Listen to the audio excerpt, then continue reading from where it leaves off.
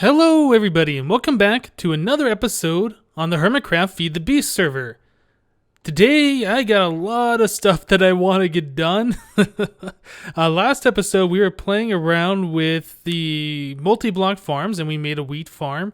And I said I was going to sit there and watch it for a little bit, which I did. And it turned out that farm just wasn't that great. Overnight I think I ended up with maybe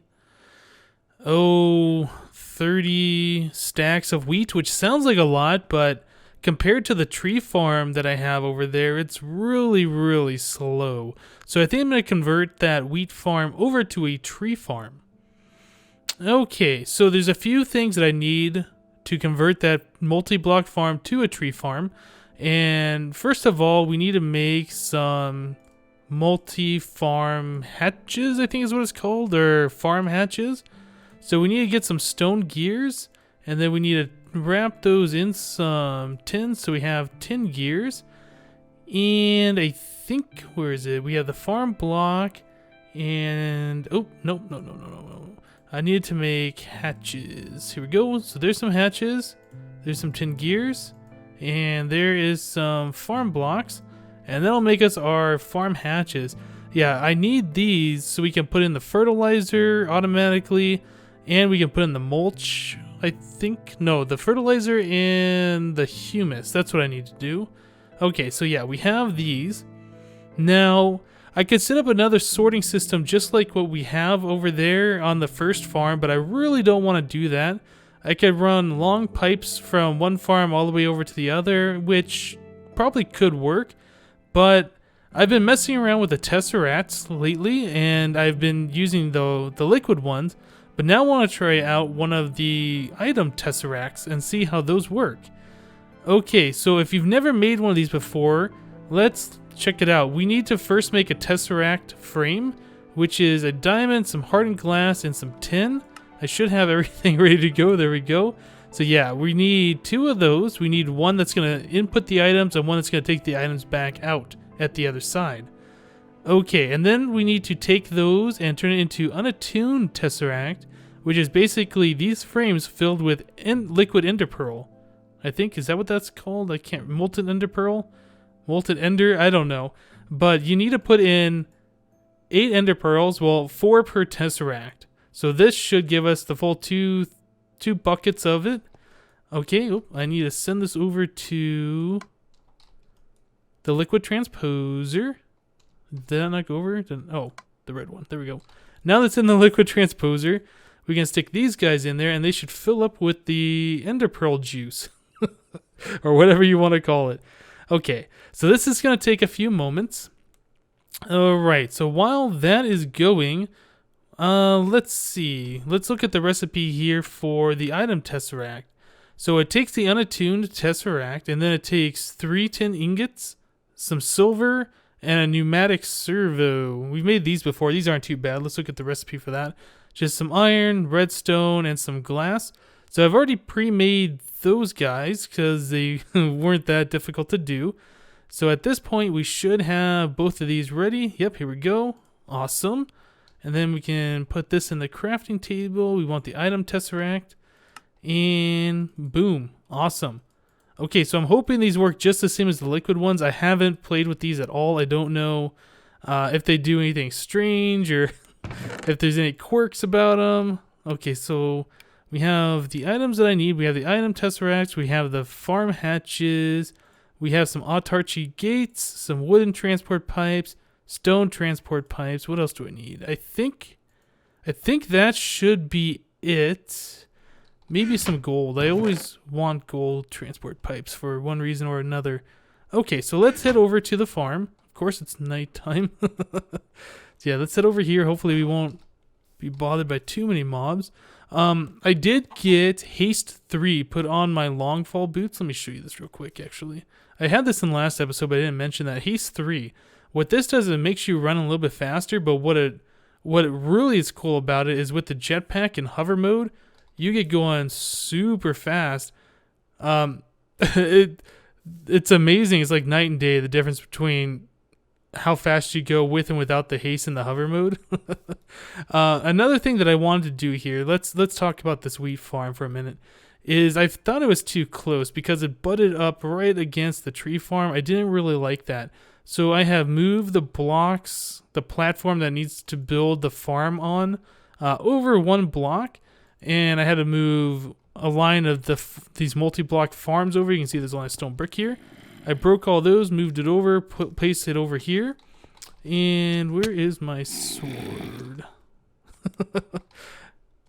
But if you move those multi-block farms, and I don't know if it happens with all of them or just the ones that have the special chip in it, well, you lose your chip. So I guess you need to take a soldering iron and pull the chip out and all the materials you had in the farm. Otherwise, you'll lose it all. I found that out.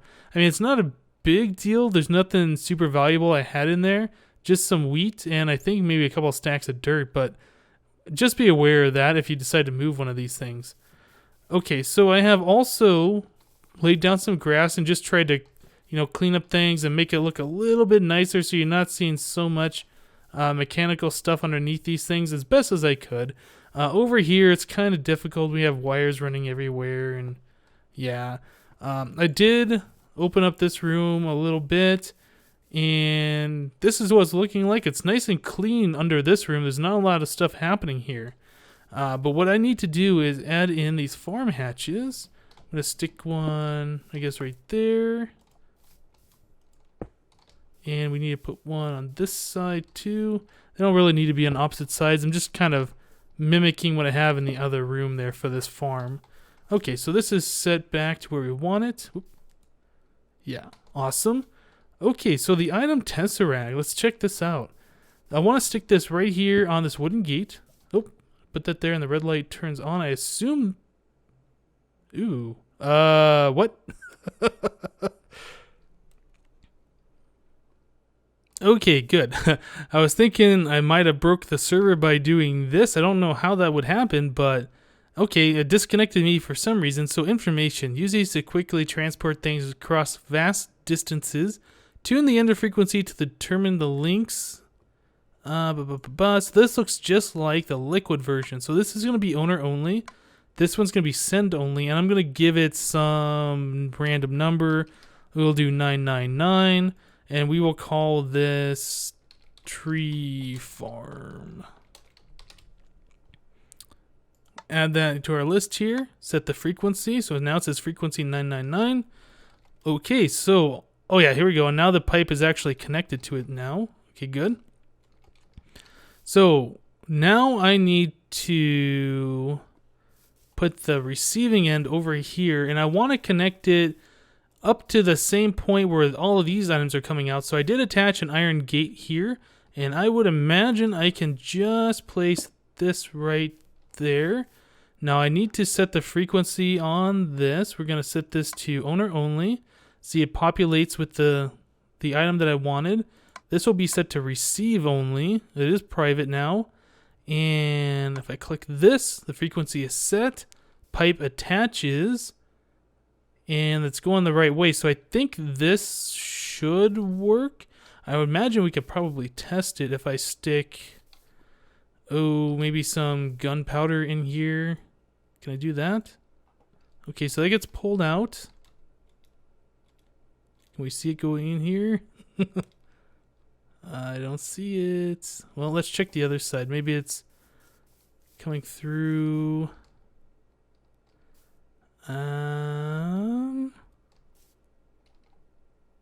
Do I need to use a wooden pipe to pull out of the item Tesseract? I don't think I do. To make it over here? No. Well, where did it go? Maybe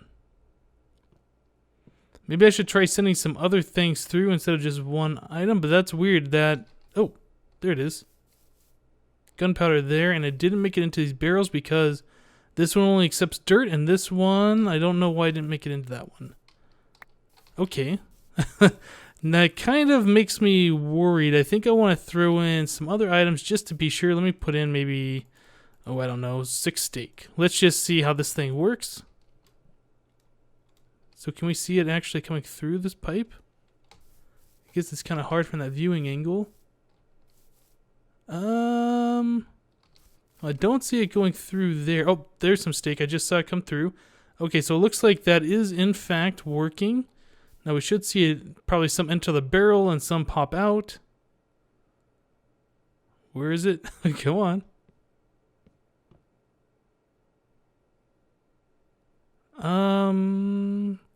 I didn't think the pipes were that slow. Okay, so there's the steak. Yep, some of them's popping out. Awesome. Okay, so that does work. Great. It's going to be just as easy as I thought it was to hook this up. So that is all we need to do. The items from this tree farm, once we get it hooked up, should come right into the same pipe and get filtered all the way through the same fermenting system that we already have in place, which means the apples will automatically get squeezed, the saplings will automatically enter these hoppers and go into the fermenters, and everything should be correct. Now, I do need to hook up getting the fertilizer into this farm, and we also need to get the humus in here, and we need to turn it on and get the farm building. Okay, so I need some barrels, and I don't think I have any here, so let me just make some real quick. Do a stack of those, and I think I had some half slabs in here, right? Yep, perfect. So we need to make 2 barrels. Do this real quick. Whoop, whoop, whoop, whoop. 2 barrels, please. Awesome. Okay, so now we have the 2 barrels. We can stick, one right there and one right here. This one will be the humus. So we need the wooden transport pipes. Okay, we need the autarchy gates. Stick that right in there. And we want that going with the redstone signal off. Energy pulse. Same thing for this side. So these things will just automatically be looping all of the time. And we want that. Actually, you know what? No, that's not right. Let's see. There is one setting here. The soil, that's what we want. Fertilizer, less than 25% will energy pulse. That way the items aren't looping all of the time. And this one we can set to the soil is less than 64, less than 32. Okay, and that will do the energy pulse. Okay, so that's actually better. That way the items aren't looping all the time. So we can stick a golden pipe here and just kind of loop that back into the top of the barrel. Same thing on this one. Do that there. And we'll just loop that back around the top of the barrel. Awesome. Okay, so now I need to grab some fertilizer and fill these things up. Let's do this. That should be more than enough. Okay, we'll stick the fertilizer right in there. 16 stacks, pretty good. Let me grab these guys too. Actually, I can fill that up and make it better later. I'm gonna probably want a barrel upgrade like I have on this one. And let's grab some humus. This is one of the problems of this farm, is having to continually make this humus. I'm gonna have to find a way to auto craft that stuff. I think I can do it in a carpenter using the mulch from the apples, which is pretty good. I just need to get a way to get some dirt in there. Okay, so that should automatically start pulling out of the barrel. 63. This is actually going to go pretty slow. I should take a couple of stacks and just pop it in there. Okay, so that's in there. It's got the fertilizer coming in. That's fine. This gets used up pretty slowly. Right, so I think we are good to go. The only thing left to do here is to flip this thing around so it gets the power, and it should start making the farm, I believe. Actually, you know what? I do want more humus in there because it's got to build the farm, which is going to use quite a lot of this stuff. So let's just pop this in there. Oh, and I also need the saplings, don't I? Okay, so let's get this going. Put the humus back. Let's grab, I don't know, 6 stacks of saplings. About that many should work. Awesome. Let's put these in there. Come on, shift click. I guess I'll just put those in manually. All right, so I think we should be good to go now. So let's go ahead, turn this on. Hopefully it will start clearing out the area. I don't know if I have to manually clear it out or if it's going to do it for me. Okay, so it's putting humus down there on those 3 blocks. So I'm guessing I'm going to have to clear out everything for it. Great. Okay, well, let me get to that, and we will be right back.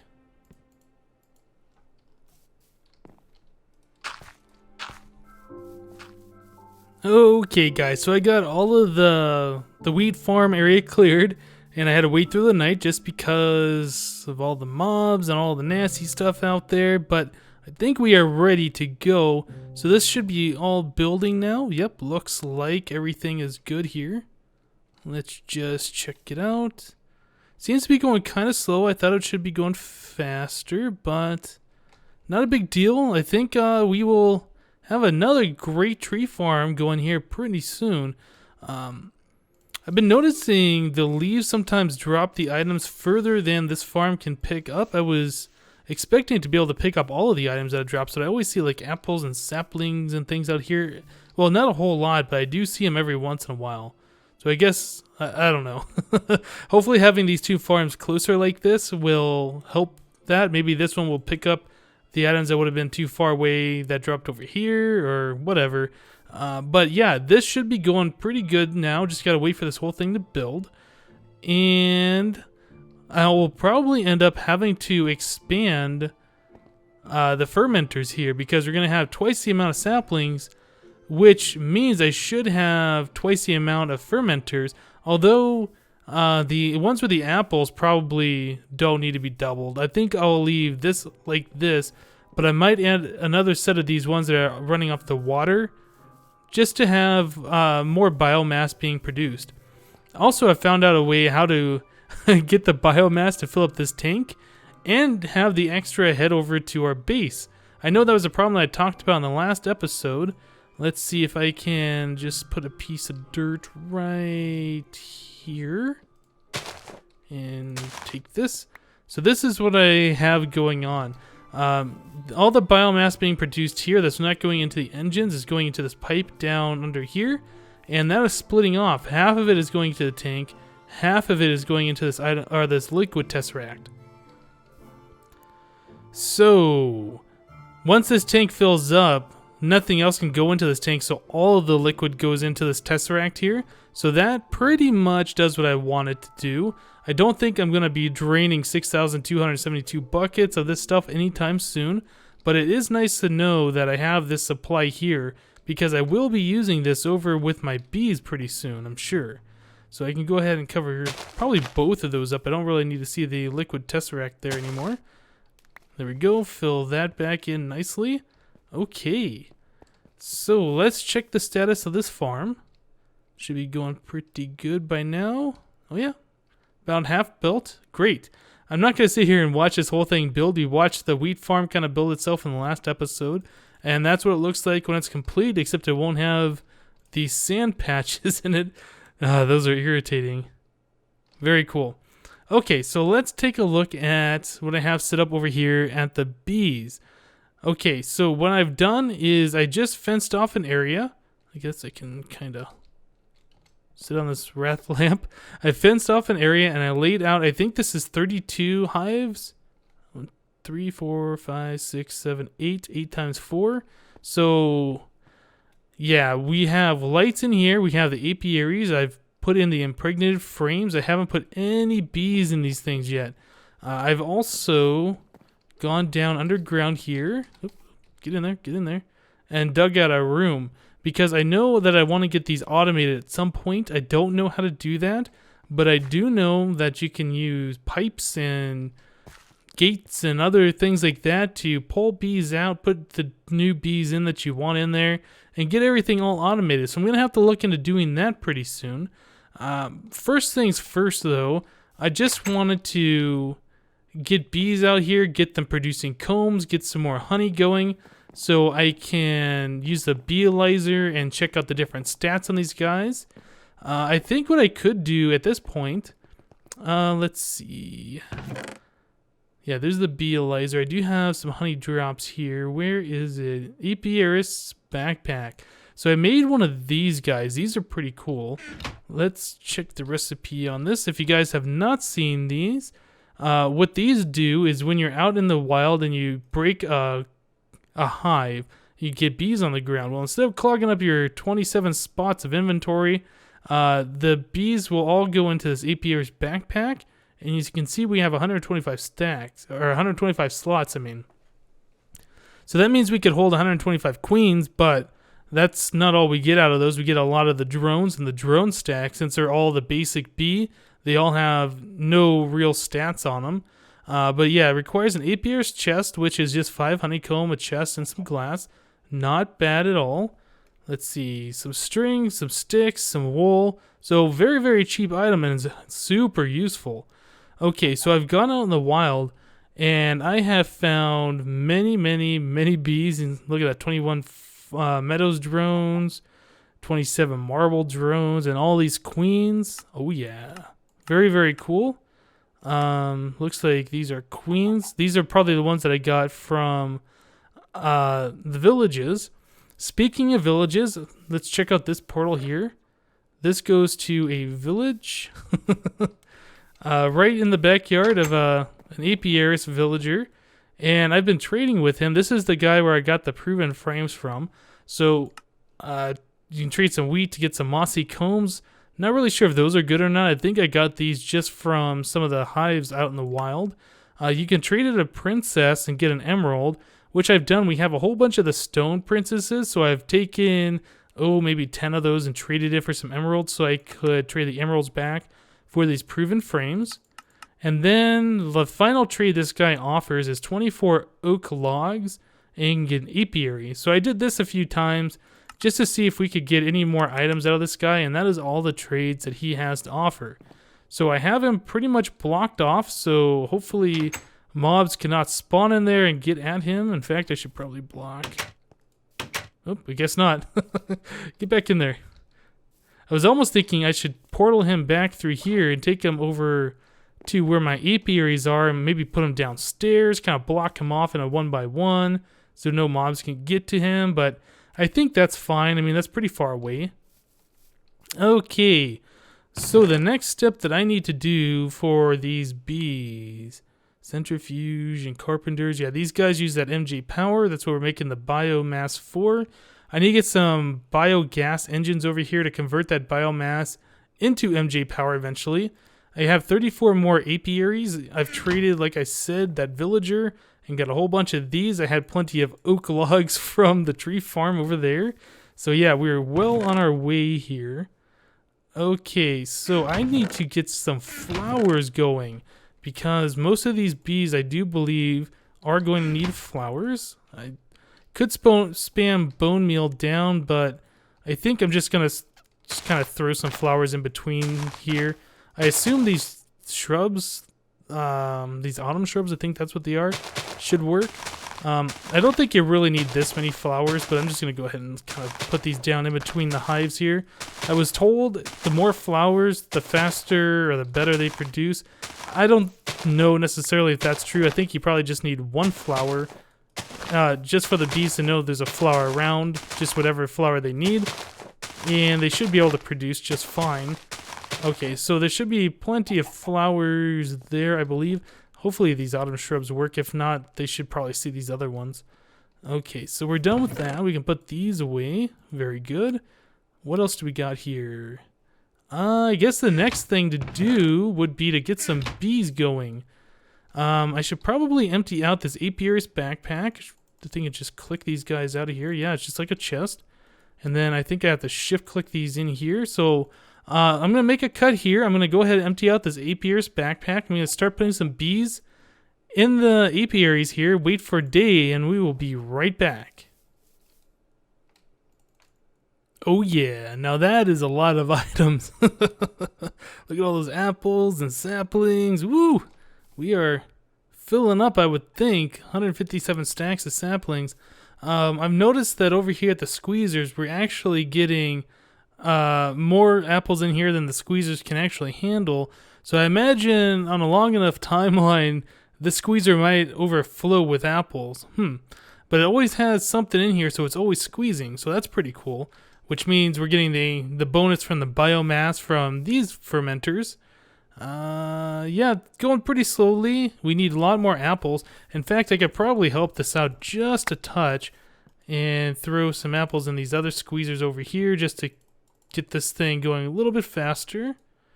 Okay.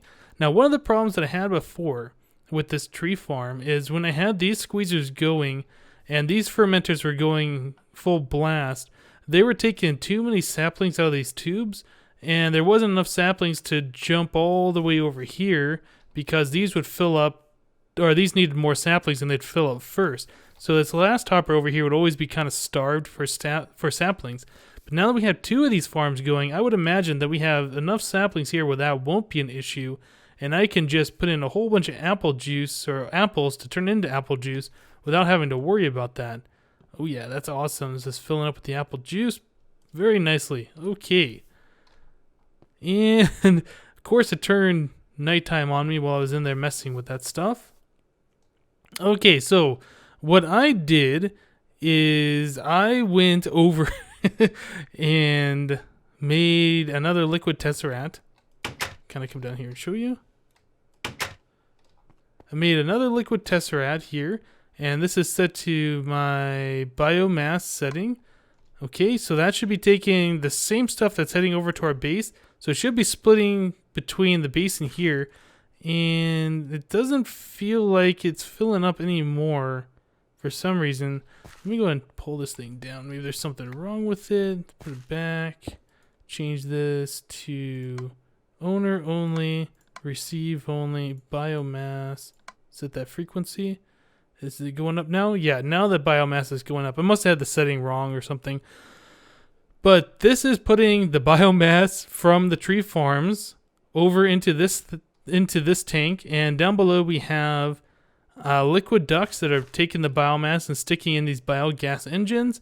I put some lava in here to get them warmed up so we can now have some MJ power happening over here by the bees. This is what I've been working towards for a little bit. So now we have room here for things to get power, which is very cool. I can hook up my squeezers to make more seed oil. I can hook up the centrifuge to do something with the combs that we're going to be producing up here. So some of the things that I found out about these bees, like I said, I haven't really played around with them that much since the last episode where I was actually doing stuff with the bees. But what I found out is that you have to continually crossbreed them. Like if you take 2 of the plain bees, the ones that you find in the hives in the world, which are referred to as mundane bees, you take those bees, you breed them together, and then you get, I think it's what's called a common bee. And then if you take another mundane bee and you breed it with the common, you have a chance of getting, I think it's a cultivated. So basically there's a whole bunch of different lines of bees, different species of the bees that you have to breed in a certain path to get down certain lines to get, the cool items that you want. So I think what I want to do is I'm going to start filling up these hives. I haven't done anything yet. I'm going to start filling these up, probably with a bunch of the mundane bees, just kind of, maybe putting a rocky with a swamp bee, or maybe just some plain rockies, and try and get some common bees. And then once I get some common bees, I'm going to try and breed them and, get the cultivated and continue on from there. So let me get some of this stuff started. I'm going to get some bees in these hives, let them do their thing for a while, and then I'll bring you back in with the status update. So I'll see you in a bit. Alright guys, so I've been spending a little bit of time here breeding these bees. This is actually the next day. I didn't realize breeding the bees was going to take this much time, but I kind of got into it, lost track of time. It was too late. I had to go to bed. So let me kind of show you what's going on over here. You can see I got some common drones. I took a couple of like the forest and I think it was the meadow, just kind of bred those. We kind of got some forest meadow hybrids and I kept breeding those over and over again. And eventually I ended up with a bunch of these common drones. So I kept doing that. And then I kept breeding these guys. And then somehow I got some cultivated and some more commons over here. I've been taking out the regular bees, putting those back in the apiary's chest over there, the indexer, and just trying to pure breed these common bees as much as possible. Now, I'm just going to take these, for instance, and just kind of show what's going on here. Oh, I think my Beealyzer is in this chest. It is. Also, we're going to need this in a moment. Okay, so we have the common princess here. Now this one in particular is really good. It has a long lifespan, which means it's gonna produce combs and things like that for a long time. It does produce 2 bees every time it reproduces, which is good. Should mean that I get an extra common drone every time, and these should have the same traits. It is possible they could have different ones. This has the long lifespan as well, and this one, yeah, long lifespan. So these are pretty good bees. What I could do to make them better is to increase the fertility so it puts off 3 offspring. But, 2 offspring is good enough. I can just keep breeding these guys over and over again and getting more bees, and eventually I can pure breed more sets and get better common drones and princesses or whatever.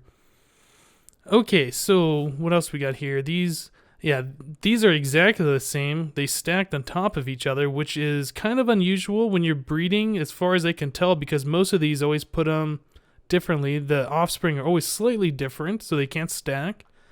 But I've been seeing this a little bit, so I think these are really purebred bees. Let me check the stats on these guys. This one is shorter. I should probably crossbreed this princess with this drone that has a long life and try and get those traits onto this one. Let's also check out the drones here. Oh, the drones have a long life. Interesting. That is good. They're fast workers and they have long life. So those are pretty good bees. Now, I haven't really been looking at these traits at all. I know that I do want the bees to be nocturnal eventually. This way they will produce honey and combs and stuff like that day and nighttime. Flyer I definitely want as well, so when it's storming, which it does happen quite a lot in the server, they can continue to work. But for now, just having a really great purebred bee is awesome.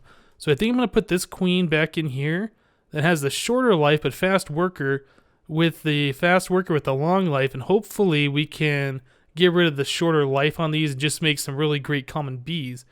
And I think what I'm going to do is once I get a good set of common bees that are purebred and the fast workers with the longer lives or whatever, I'm going to move on to the next bee in the chain, which I think would be cultivated, and try and do the same thing there so I get a good stockpile of those bees. And we got to cultivate it here. Let's check what this one is. This guy is shortest, but fertility 3, that is really good trait. What I'd like to do is obviously breed in the lifespan so it has longer life. But yeah, I mean, I'm just starting out here, just kind of playing around with the bees and getting my feet wet a bit. I don't really know exactly what I'm doing. It's another one that stacks. That's great. Okay. Also, I have planted some trees around here because I know with the bees going, you can do what's called tree breeding. And as you can see, some of the leaves on these trees are different colors. This one's got a blue leaf. There's one way up here too. That's a blue leaf there. These pine trees have like a different color green leaf. The jungle trees here have like a darker green. And the birch have like these lighter color ones. So you can break the leaves and hope to get a drop. But I also know there is an item that is called a grafter. Let's check this out. So we make it like that, just 2 sticks and a piece of bronze, and you get the grafter. And apparently when you break a leaf with this thing, you're supposed to get a sapling every time. Let's see how that works. I've never done this before. Oh, yep, there you go. There's a sapling. What is this? It's just a different type of apple oak sapling. Interesting. Okay, so let's do this one. Got an apple off that too. Sapling. It doesn't look like it stacks, and I don't think I want to try and make them stack because I know there's something called a treealizer, which is similar to the beealizer.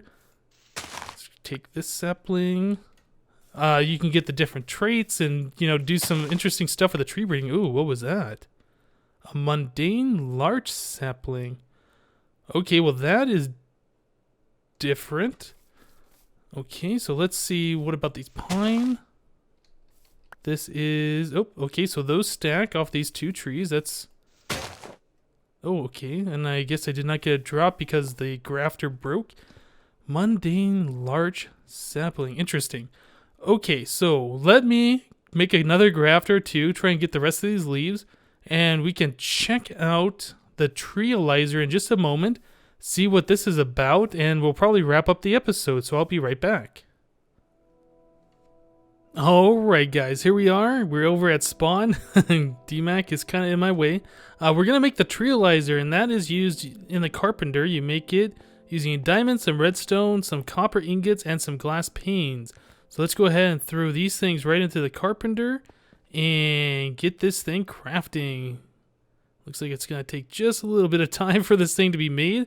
But as you can see, I got some red spruce saplings, a jungle sapling. It's kind of weird. Apple oak sapling, some more apple oak saplings, silver birch sapling, some more jungle here, and these mundane larch. These are interesting. These are a new type of sapling that I have not seen yet. Okay, so there we go, a Treealizer. Now, does this thing... Oh, I think it uses honey. So let me take some... Oh, I only got one honey drop on me. Dang it. Well, maybe we will be able to do one of these things and just kind of see how this works. Let's do a larch sapling. Species mundane larch. Normal. Matures fast. Height average. Girth 1 by 1. Yield. Sappiness. What's on this thing? Growth light. Plains. So I guess there's some way... Average none. I guess there is some way to breed these trees, and I don't know if you just put the trees next to each other and the bees cross-pollinate, or if there's other machines to check it out. Let's head back. I need to turn this thing off. Let's head back to the base real quick. Should be right over here. Yeah, I want to get some more honey drops and kind of check out these other saplings. Shouldn't take too long. Right through here, and I think I should have some honey in this chest. Yeah, awesome. Okay, so let's get to a high place just so mobs don't spawn and get to us. Okay, so the Treealizer, put some honey in here. So let's look at the silver birch sapling. Okay, so silver birch, it looks like it was cross-pollinated with an apple oak, I'm guessing. So fastest, small, blah, blah. Oop. Fruit is an apple, looks like. Fruit, apple, I don't know what the line through, maybe that means a passive trait. None, family, pose, I guess, I don't know. Yeah, possibly produce an apple. Huh, okay. Interesting, let's try one of these jungle saplings. Okay, so that was cross-pollinated with the birch. Ooh, it looks like it does cocoa. Small, faster, large. Okay. What about this apple oak sapling? So that was cross-pollinated with the jungle. So this is gonna do... Ooh, cocoa beans, really? Interesting. So we could do some interesting different cross-pollinations here. Okay, so I think what I probably want to do is cross-pollinate like the apple oak red spruce hybrid. Huh. Yeah, I'm gonna have to look up this tree breeding. I know there are like walnut trees, and that's something like I would want to get into, so I can use that for the seed oil. Cocoa. This one is a red spruce jungle. What about this one? This is red spruce and apple. What is average? Height average? Huh.